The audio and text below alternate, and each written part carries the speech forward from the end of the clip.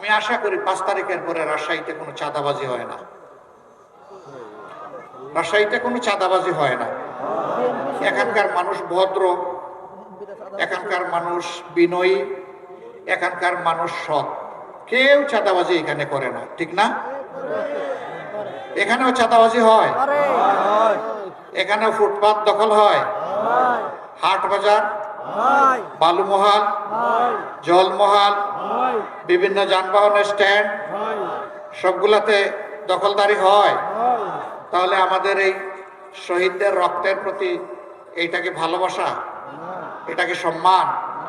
এই কাজ যারা করেন বিনয়ের সাথে তাদেরকে অনুরোধ করে এই কাজটা ছেড়ে দেন, মেহরবানি করে এই কাজটা করবেন না।